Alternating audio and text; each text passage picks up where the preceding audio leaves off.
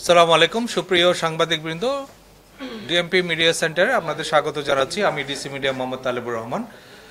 আপনারা জানেন আজকে তিনটা বড় ইভেন্ট আছে ঢাকা মহানগরীতে, খুব স্বল্প দূরত্বে। আপনাদের অনেকেরই জিজ্ঞাসা এই তিনটা ইভেন্ট ঘিরে আমাদের নিরাপত্তা ব্যবস্থা কীরকম, সেই বিষয়টা তুলে ধরার জন্য আমি আপনাদের সামনে উপস্থিত হয়েছি। যে তিনটা বড় ইভেন্ট রয়েছে আমরা তার সার্বিক ব্যবস্থাপনার জন্য, বিশেষ করে আইনশৃঙ্খলা পরিস্থিতি স্বাভাবিক রাখার জন্য আমাদের পর্যাপ্ত পুলিশি ব্যবস্থা গ্রহণ করেছি।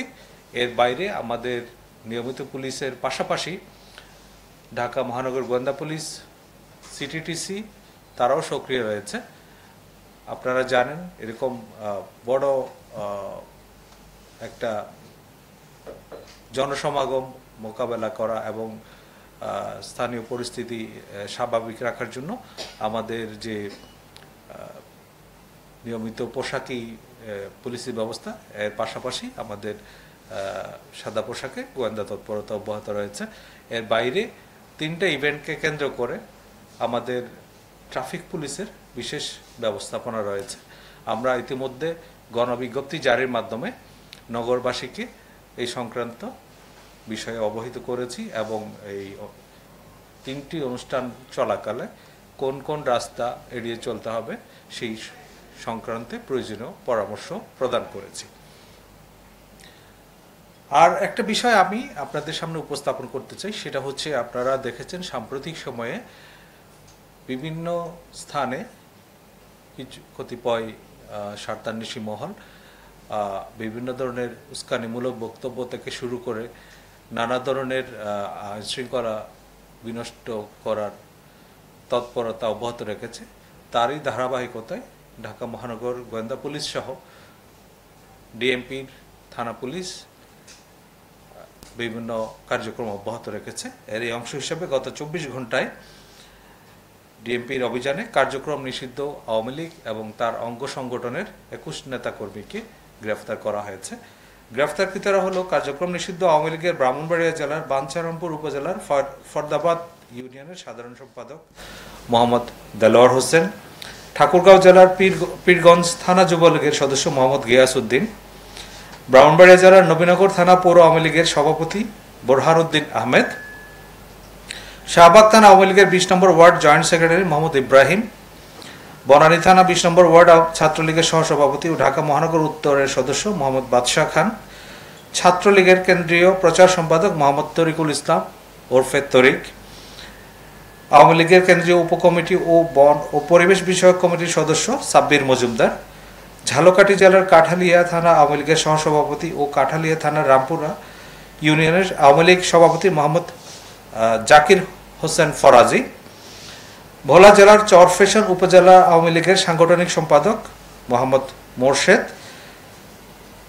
ঢাকা মহানগর উত্তর শ্রমিক লীগের সহসভাপতি আনিসুর রহমান হিটলু, উত্তরখান থানা আওয়ামী লীগের কর্মপরিষদের সদস্য ও ঢাকা উত্তর আওয়ামী লীগ কাজকুড়া ইউনিটের সাবেক ভারপ্রাপ্ত সভাপতি জাহাঙ্গীর আলম, ছাত্রলীগের বাংলাদেশ টেক্সটাইল বিশ্ববিদ্যালয়ের সাবেক সাধারণ সম্পাদক মোহাম্মদ রেজাউল করিম, ছাত্রলীগের কেন্দ্রীয় কার্যনির্বাহী সংসদের প্রাক্তন সদস্য মইনুল হোসেন সুমন, উত্তরখান থানা আওয়ামী লীগের সাংগঠনিক সম্পাদক মোহাম্মদ আজিজুল হক, বংশাল থানার কায়েতচুলি শাখা আওয়ামী লীগের সাংস্কৃতিক সম্পাদক মোহাম্মদ রকি উর্ফে রায়হান উর্ফে রুকু, ঝালকাঠি জেলার ঝালকাঠি পৌর আওয়ামী লীগের সভাপতি ও ঝালকাঠি পৌরসভার সাবেক মেয়র লিয়াকত আলী তালুকদার, ঢাকা দক্ষিণ মহানগরীর আওয়ামী মৎস্যজীবী লীগের সিনিয়র সহসভাপতি মাহমুদ শিকদার, ছাত্রলীগের উত্তরা পূর্ব থানা 1 নম্বর ওয়ার্ডের সাধারণ সম্পাদক হামিম আহমেদ ওরফে মিনহাজুল আবেদিন, ঢাকা জেলা আওয়ামী লীগের তথ্য প্রযুক্তি সম্পাদক সান মোহাম্মদ, শ্যামপুর থানা 54 নম্বর ওয়ার্ড স্বেচ্ছাসেবক লীগের সাবেক সভাপতি সাইমন রহমান, খিলগা থানা 1 নম্বর ওয়ার্ড স্বেচ্ছাসেবক লীগের সহসভাপতি মোহাম্মদ আল মামুন সরকার। গ্রেফতারকৃত অনেকের বিরুদ্ধে একাধিক মামলার তথ্য রয়েছে আমাদের কাছে। এছাড়া যারা বিভিন্নভাবে সংগঠিত হয়ে প্রকাশ্যে বা গোপনে আইন শৃঙ্খলা বিনষ্ট করার চেষ্টা করছে তাদের বিরুদ্ধে আমাদের অভিযান চলমান থাকবে এবং যে কোনো মূল্যে ঢাকা মহানগরীর আইন শৃঙ্খলা রক্ষা করতে ডিএমপি বদ্ধপরিকর রয়েছে। প্রিয় সাংবাদিকবৃন্দ, আমাকে মনোযোগ দিয়ে শোনার জন্য আপনাদের সবাইকে আন্তরিক ধন্যবাদ। আপনাদের কোনো প্রশ্ন থাকলে প্লিজ।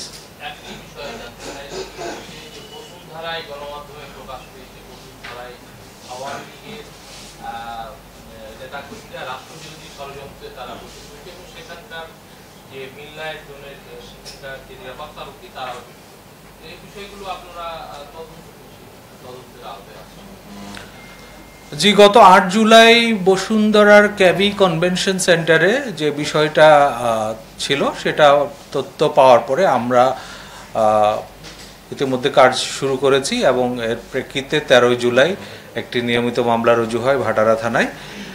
উক্ত মামলায় ইতিমধ্যে আপনারা জানেন 22 জনকে গ্রেফতার করা হয়েছে এবং মামলায় জড়িত অন্যান্য যারা আছে তাদেরকেও গ্রেফতারে আমাদের প্রচেষ্টা অব্যাহত রয়েছে। কারা কি উদ্দেশ্যে এই প্রশিক্ষণ কর্মসূচি আয়োজন করেছিল, এখানে রাষ্ট্রবিরোধী কোনো ষড়যন্ত্র ছিল কিনা, এই ব্যাপারগুলো আমরা খুব গুরুত্ব দিয়ে খতিয়ে দেখছি। এখানে সমগ্র দেশের বিভিন্ন অংশ থেকে লোকজন তারা জড়ো করেছিল।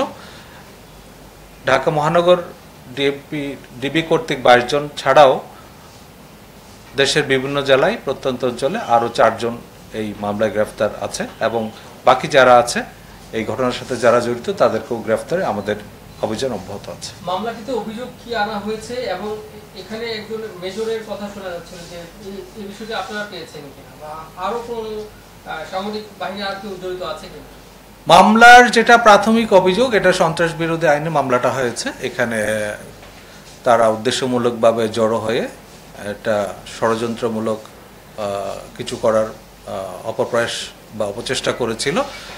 সেটার ভিত্তিতে আমরা তদন্তটা অব্যাহত রেখেছি এবং কারা কি উদ্দেশ্যে এখানে এসেছিল আর কারা কারা জড়িত ছিল সে বিষয়টা আমরা তদন্ত করছি। একটা বিষয় আমরা জানতে চাই যে গতকাল রাতে ফ্লাইট এক্সপার্ট একটি অনলাইন প্রতিষ্ঠান তারা বহু মানুষের বহু গ্রাহকের টাকা পয়সা লুট করে দেশের বাইরে চলে গেছে, মামলাও হয়েছে, সেই মামলার আপডেটটা দিতে। জি, গতকাল ফ্লাইট এক্সপার্ট নামক একটা প্রতিষ্ঠানের কিছু কর্মচারী তারা প্রথমে মতিঝিল থানা আসে। থানায় এসে তারা অভিযোগ করে যে তাদের যে এমডি জনৈক সালমান বিন রশিদ সে প্রতিষ্ঠানটির কার্যক্রম বন্ধ ঘোষণা করে সপরিবারে বিদেশে চলে যায় এবং প্রতিষ্ঠানের মোটা অঙ্কের অর্থ আত্মসাৎ করে। পরবর্তীতে তাদের অভিযোগের ভিত্তিতে মতিঝিল থানায় একটা সাধারণ ডায়েরি করা হয় এবং এরপরে জানা যায় যে অনেক লোকের অর্থ এখানে ছিল, তারা বিভিন্ন যে এয়ারলাইনের টিকিট এবং হোটেল বুকিং করত। এই 17টি প্রতিষ্ঠানের প্রায় 4 কোটি টাকা তারা আত্মসাৎ করেছে মর্মে পরবর্তীতে একজন ভুক্তভোগী তাদের বিরুদ্ধে মামলা করে এবং এই সংক্রান্তে অলরেডি 3 জনকে গ্রেফতার করা হয়েছে।